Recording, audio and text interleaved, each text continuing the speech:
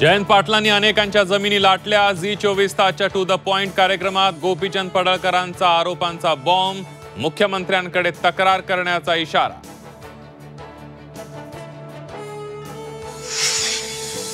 सांगलीतील व्यापारी रमेश पोरवार यांची जमीन हडपण्यासाठी जयंत पाटील हेलिकॉप्टरने बेळगावला गेले। पोरवालांच्या मृत्यूनंतर त्यांचे अंगठे घेतले।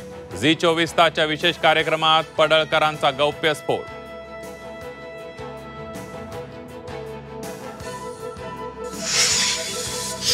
सांगलीतील साखर कारखाने जयंत पाटलांनी हडपले। टू द पॉइंट मधून जयंत पाटलांवर खळबळजनक आरोप, चौकशीची गोपीचंद पडळकरांकडून मागणी।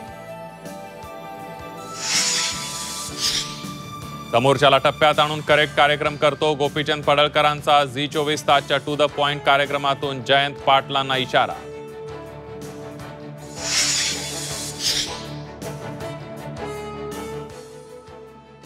जर 12 परसाच्या खड्ड्यात गाडला नाही तर गोपीचंद पडळकर माझं नाव नाही। जयंत पाटलांनी पडळकरांना दिलेल्या आव्हानाला झी24 तासच्या टू द पॉइंट मधून पडळकरांचं प्रतिआव्हान, तुला खड्ड्यात गाडला नाही तर पडळकर माझं नाव नाही। कवितेतून पडळकरांचा पाटलांना इशारा।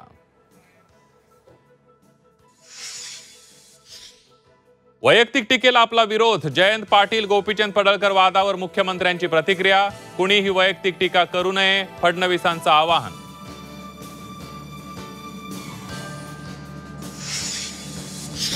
महाविकास आघाडीचं शिष्टमंडळ 14 ऑक्टोबरला निवडणूक आयुक्तांना भेटणार। शिष्टमंडळासोबत शरद पवार, उद्धव ठाकरे, हर्षवर्धन सपकाळ यांच्यासोबत राज ठाकरेही येणार असल्यानं राजकीय वर्तुळात चर्चांना उधाण। दिवाळीपूर्वी शेतकऱ्यांच्या खात्यात 1 लाख रुपये द्या, अन्यथा रस्त्यावर उतरू। उद्धव ठाकरेंचा संभाजीनगरमधील हंबरडा मोर्चातून सरकारला इशारा, तर रस्त्यावर उतरण्याची वेळ येणार नाही, फडणवीसांचं उत्तर।